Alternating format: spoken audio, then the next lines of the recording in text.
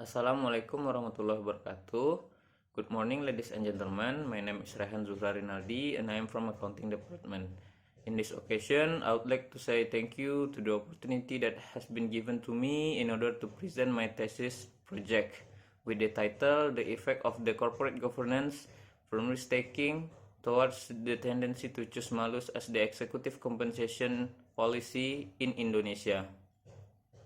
And also I would like to say thank you to my thesis advisor Bapak Dr. Rahmat Febrianto SAMSI AKCA, and then my thesis examiner which will make my thesis much better. And then thanks to all friends who watched this video. Hopefully it is useful and understandable. My presentation today is I divide my presentation into 5 chapters. The first is introduction, and then literature review, research methodology, research and discussion, and conclusion. Introduction. So why I choose this title, why I choose to research this, because the bank executive have high authority to make a decision, especially in credit application decision to a client.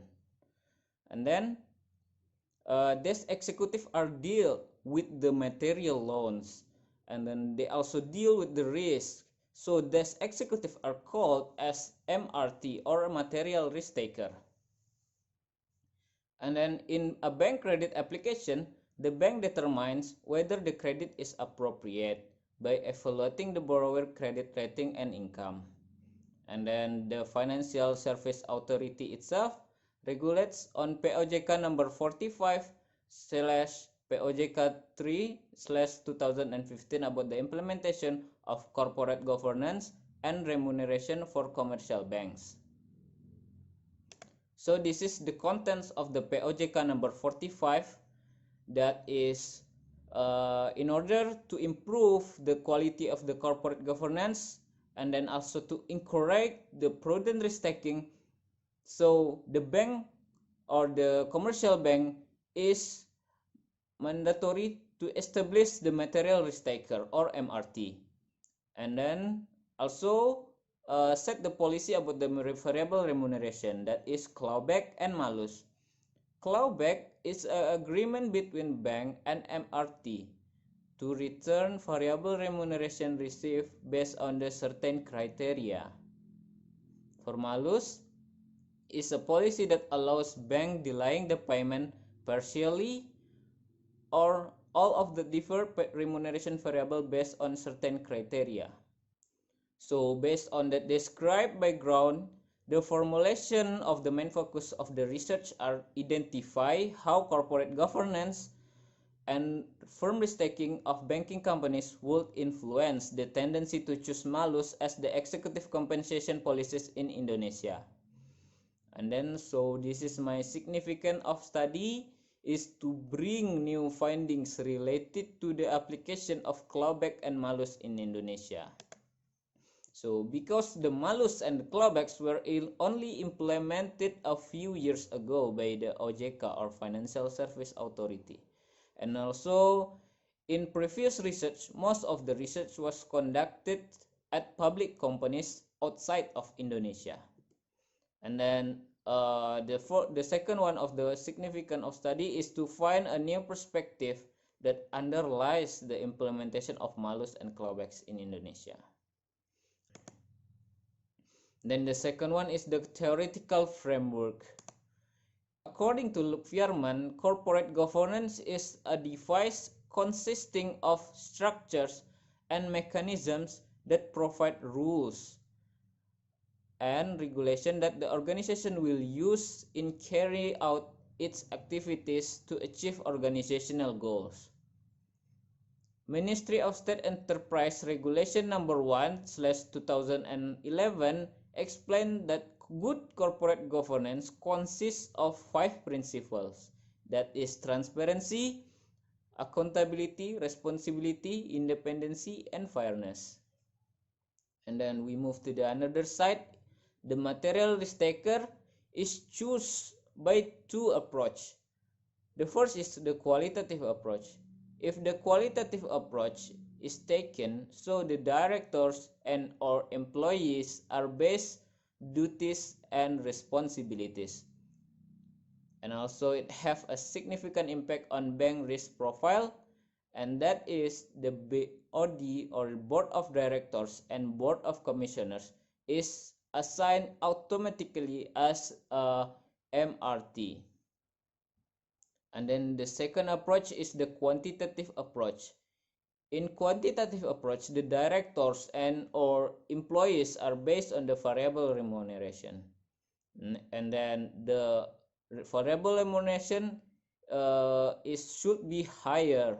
And then to determine which is the variable remuneration is high or not is we can compare it with the same level. For example, for the head of division and then for the senior manager, this is the prior research.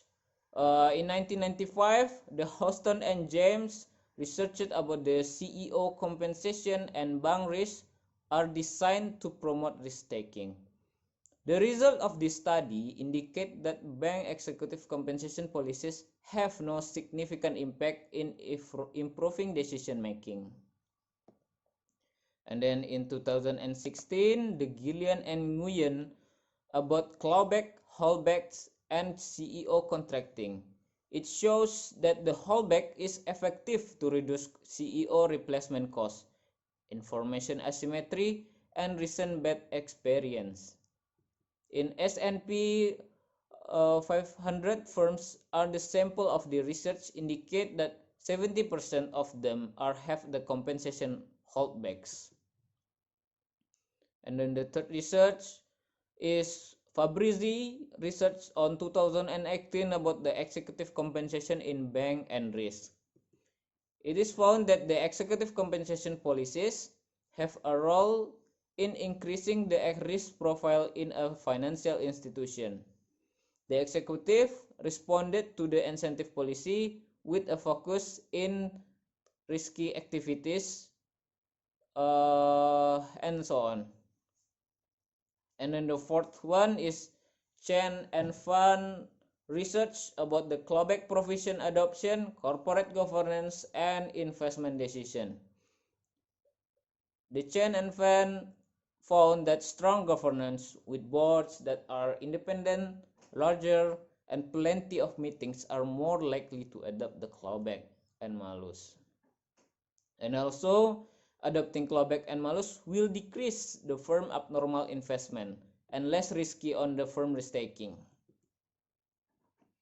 And then the fifth is about the research of the Liu et al. About the effectiveness of clawback adoption mitigating over investments. It found that the adoption of clawback and malus is not fully mitigate the corporate investment, because there is an intervention of the board governance. So there is a relationship between clawback and malus adoption and corporate overinvestment. Since the presence of poor board governance, it will reduce the effectiveness of lowering corporate overinvestments. Work and hypothesis development. As you can see, the variable x1 is corporate governance and variable x2 is firm risk taking on remuneration policies, and then the dependent variables is tendency to choose malus. The hypothesis 1 is there is a positive association between bank measures on existing corporate governance with the tendency to choose malus. And then the hypothesis 2, there is a positive association between firm risk taking on remuneration policy with the tendency to choose malus. And then this is my research method. The population and sample is the quantitative method defined as a research method to use to examine population and sample with sampling techniques collected from bank sector companies that are listed on the IDX. For data collection technique is the annual report on 2017 through the 2016 annual report. And then for the research variable, the independent variable is corporate governance for X1, and then firm risk taking for X2, and the dependent variable is the malus implementation or Y. So this is my variable indicators of the corporate governance. There are 4. First is board independence, that measure as the number of independent director divided by the total of the board of commissioner and board of director. And then board of meetings is the number of board meetings. And then for tenure is the logarithm natural of days of term of office. And then the 4th is pay slice, or the ratio between the highest BOD salary and the lowest BOD salary. And then this is my second indicator of the firm risk taking. The indicators are 3. The first is equity ratio, that are the total equity divided by total assets. And then loans is the total loans divided by total assets. And then size is the logarithm natural of firm total assets. So this is my data analysis and method. The first is we do the overall model fit test, and then Hosmer and Lemaitre goodness of fit test, and then Nagelkerke R-square Wald test, and then hypothesis testing. So the hypothesis testing, we use the logistic regression analysis because the variable y is the implementation of malus are the dummy variable.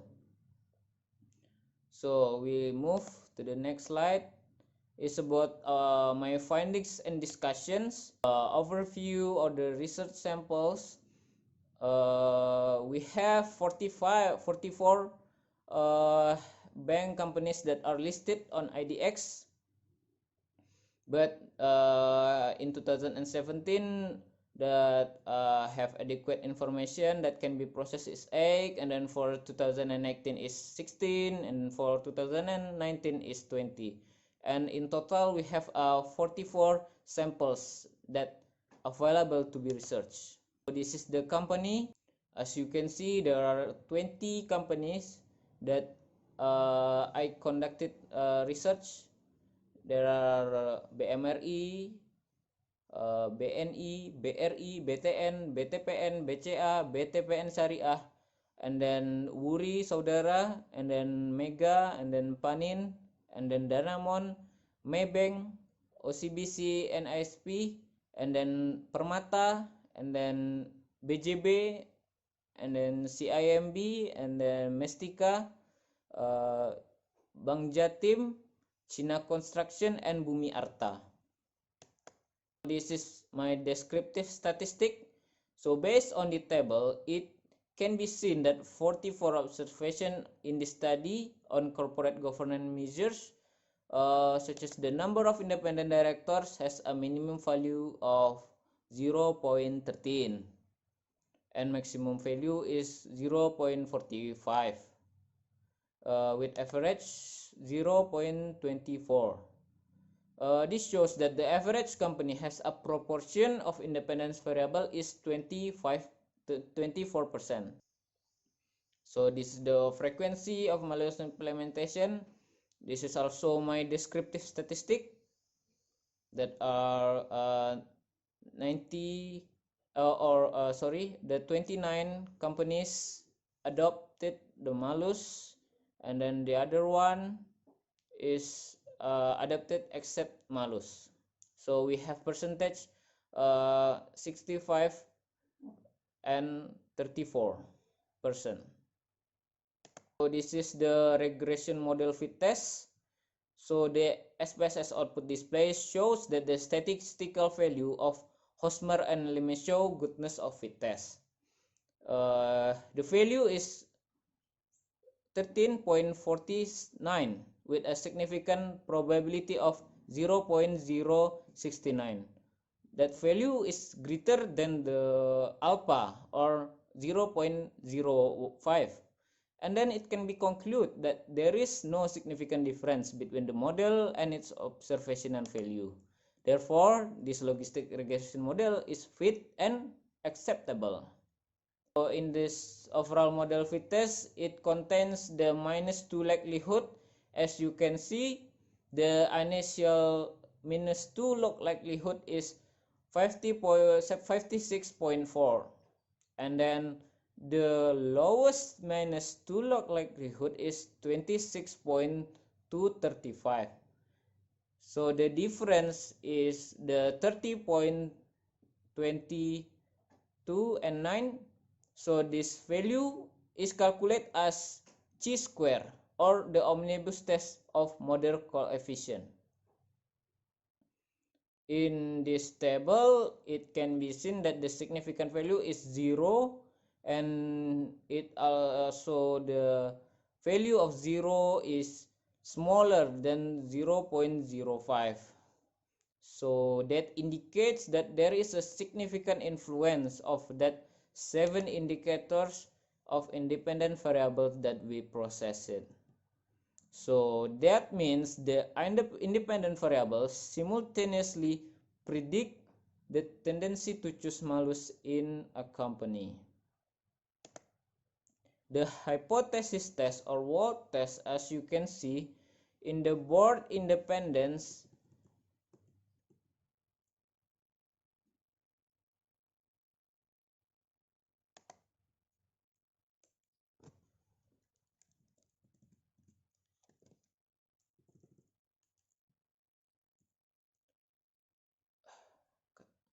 and then the hypothesis test or Wald test, as you can see, the Wald value of the board independence is 1.292, which with the significant is 0.048. So this significant value of 0.048 is smaller than the alpha. Then it can be concluded that the hypothesis is accepted, that the independent board size variable significantly influence the tendency to choose malus. And then the independent board size variable, that negative coefficient, as you can see in the B column, indicates that the greater of percentage of companies in having independent directors, the company has a tendency to choose not to implement malus. The company has a tendency not to implement malus. So the estimate odds ratio value of 0.30, as you can see in the last column in exponential B or XB, as you can see, the 0.30 indicates that the companies that have a higher percentage of independent director is 30% more likely not to implement malus on its company. The coefficient of determination in the logistic research is determined by the Nagelkerke R square. In Nagelkerke R square, the value is 0.68 and 7, which means that the variability of the dependent variable can be explained 68% by the independent variable, and then the remaining is 31.3% is explained by the other variables outside the research model. For the matrix classification, so in this table it contains that, as you can see, for the except malus, the model can predict 86.7%, and then for malus the model can predict 93.1%. So in overall, the model can predict 90.9%. In multicollinearity test, as you can see that the fifth value, the highest fifth value that you can see in the fifth column is 2.1 and 44. The 2.1 is lower than 10, as the requirements of the model can be concluded as the multicollinear. So that means this multicollinearity test, the regression model used in the study is free from the multicollinearity. And then this is the logistic regression test results. As you can see, this is the model that are established after the logistic regression. As you can see, the XP is the exponential, so the CM is the probability of malus implementation, and then the X1 and 1 is percentage of independent director, and so on. Okay, we move to the discussion. So based of observation made by researchers shows that the companies such as BCA, Mandiri, Panin, BTN, OCBC, and ISB which did not adopt only malus had a relatively high percentage of independent director, high number of board meetings, and then the term office, and then the lower term office, and have a lower salary ratio. This caused by the companies also implement clawback provision as other remuneration policies, except from malus. So the result of this study support the result of research conducted by Chen and Fan 2017 and Benson et al. 2018, which is stated that the companies that have a strong level of governance, such as high percentage of board directors, number of meetings, tend to adopt clawbacks rather than malus. However, the result of this study contradict with the result conducted by the Gillian and Nguyen in 2017, where the companies with the low tenure, which have high turnover boards and directors, are more likely to have malus. While the result of the study shows that the company with the high tenure or days term of office is tend to implement malus. The ratio of total loans and total assets shows that the company that have a high ratio, such as MyBank and Permata, tends to adopt malus and take risks with approved credit loans up to 80% of the total asset owned.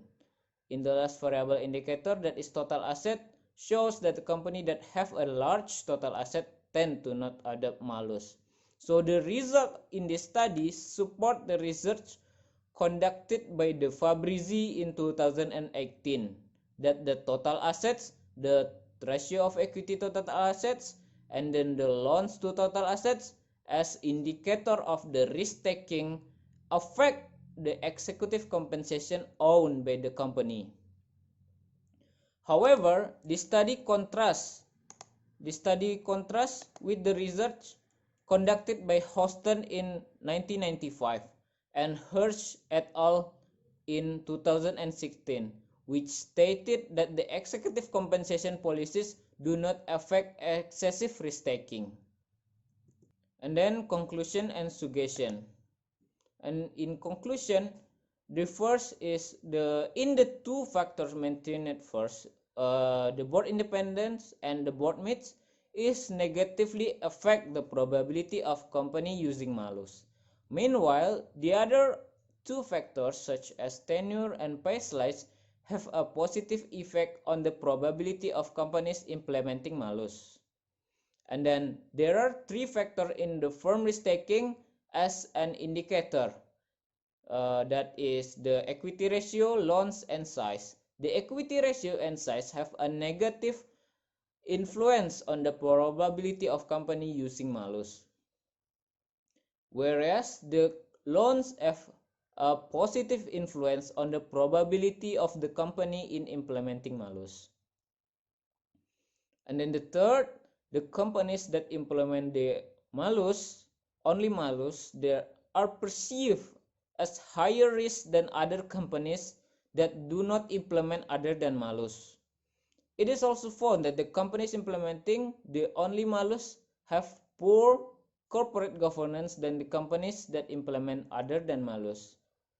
So the implication of the research, it suggested that the companies with the poor corporate governance and higher risk were recommended to implement malus as a compensation scheme in their company. And then another implication of the research result, it could provide more information related to the literature on compensation scheme in banking companies and studied of user of malus compensation scheme in Indonesia. And last, it may help the financial service of the companies in the banking subsector to identify corporate governance and corporate risk-taking in implementing malus or other than malus. This is my limitation of this study. The first is limitation in obtaining data, so that the number of samples in this study is only 44. After seeing from the annual report of the financial service company in the banking corporation in 2017 until 2016, some companies that do not publish the financial reports, so the researcher do not make the sample of the companies into the study. Other sample did not meet the criteria, have the inadequate information that can be processed into the data. And then the study used two independent variables, that is corporate governance and firm risk-taking. So I think that there is any possible variables that affect the probability of the company to implement malus, such as the stock price, non-performing loans, the use of the Big Four, public accounting as the external auditor, and then the others. And then the third limitation, this is the limited time horizon, because I conducted only from the 2017 until the 2019. And then the last one is my suggestion to the future research. The first is choose other sectors such as the Islamic Bank, and then it can conduct the longer research period, and then the use of any other variable is strongly recommended in future studies. That is my thesis presentation. Thanks for watching. Sorry for my mistake, and assalamualaikum warahmatullahi wabarakatuh.